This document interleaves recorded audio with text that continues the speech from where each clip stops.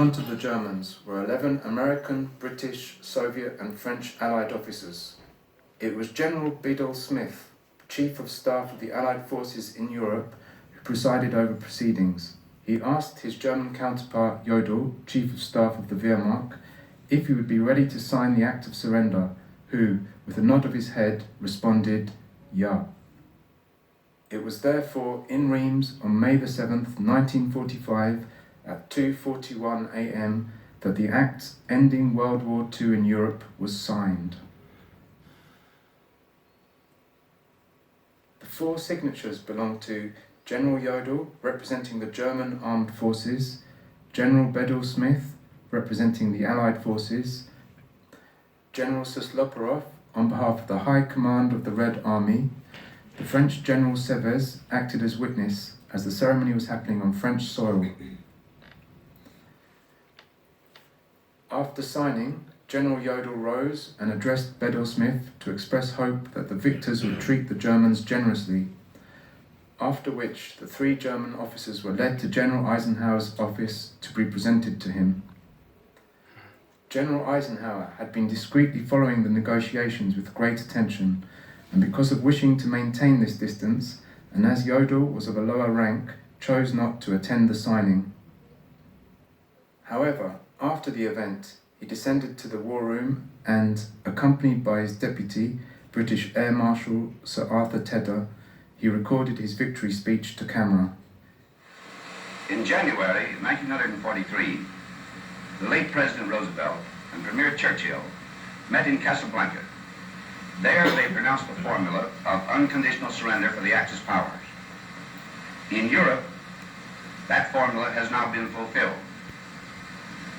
To every subordinate that has been in this command of almost 5 million allies, I owe a debt of gratitude that can never be repaid. The only repayment that can be made to them is the deep appreciation and lasting gratitude of all free citizens of all the United Nations. In his speech, Eisenhower emphasized the symbolic value of the signing taking place in France. The country in which this invasion force landed last June, and the one in which the forces and resistance movements have helped us so much. In compliance with what had been stipulated, the Act would put an end to combat on May the 8th at 11:01 p.m. In the plane bringing them to Reims, the journalists to be present at this event had to take an oath to reveal nothing before being authorized to do so by the Allied commanders. This was in order to allow the Germans ample time to leave unnoticed, as granted in the terms of the agreement. After the ceremony, at dawn on May the 7th, journalists were flown to Paris, and in the morning, one of them released the information. His name was Edward Kennedy of the Associated Press. At the hotel, he had heard the announcement of the German surrender made by Dönitz himself on the radio. The news was out, and thanks to the time difference of 6 hours, more importantly for us in Reims, the American newspapers in their evening edition of May the 7th were able to publish the news of the German surrender in Reims and proclaim victory. Caught off guard by this, the Western heads of state, Truman, Churchill and de Gaulle, agreed to announce the end of the war and the victory in the radio speech the following day, May the 8th at 3 p.m. The war is won. Victory is here. It is a victory for the United Nations, and it is a victory for France.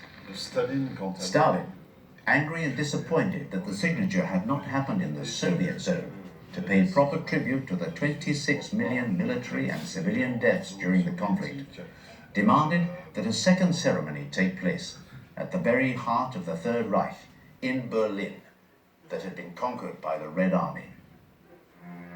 Despite the reluctance of the military leaders, for diplomatic reasons, the Western heads of state gave way to Stalin's demands and paid proper tribute to the millions of civilians and Soviet soldiers killed during the conflict in the fight against Nazism.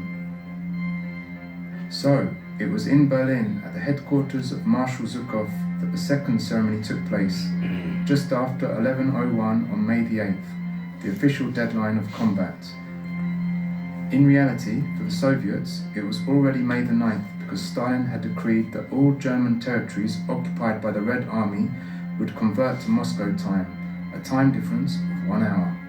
In Berlin, with the outcome of the talks having been known about for 36 hours, the ceremony was able to get extensive media coverage, and with the decision of the signatories no longer being subject to the operational constraints of a state of war, was attended by representatives of the highest rank: General Keitel, Chief of the Wehrmacht, Marshal Zhukov, Marshal of the Royal Air Force Sir Tedder, and General de Tassigny. Because of this, the capitulation of May 1945, symbolizing the triumph over Nazism, remains associated with May the 8th and Berlin, while the events in Reims and May the 7th have faded into the background.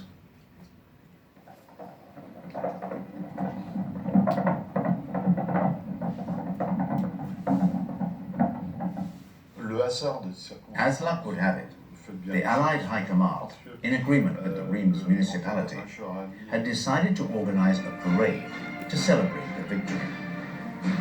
This took place on May the 9th in Reims. The parade started with military contingents of different nationalities, followed by civilian officials, school children, community groups, the resistance groups, veterans, political parties.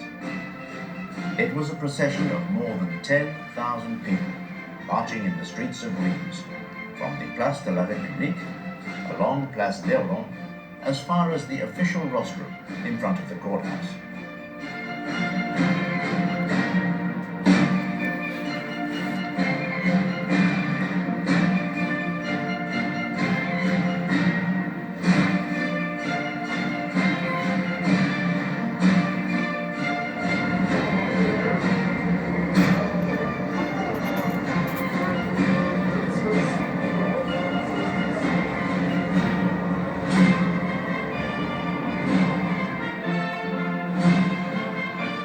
I entrust you with not only the keys to the room of the capitulation, but also of those to world freedom. And the American general hands back the keys to Monsieur Sicre, the mayor of Reims, the keys to the college where on May the 8th, 1945, the German delegates came to sign the surrender of the Reich.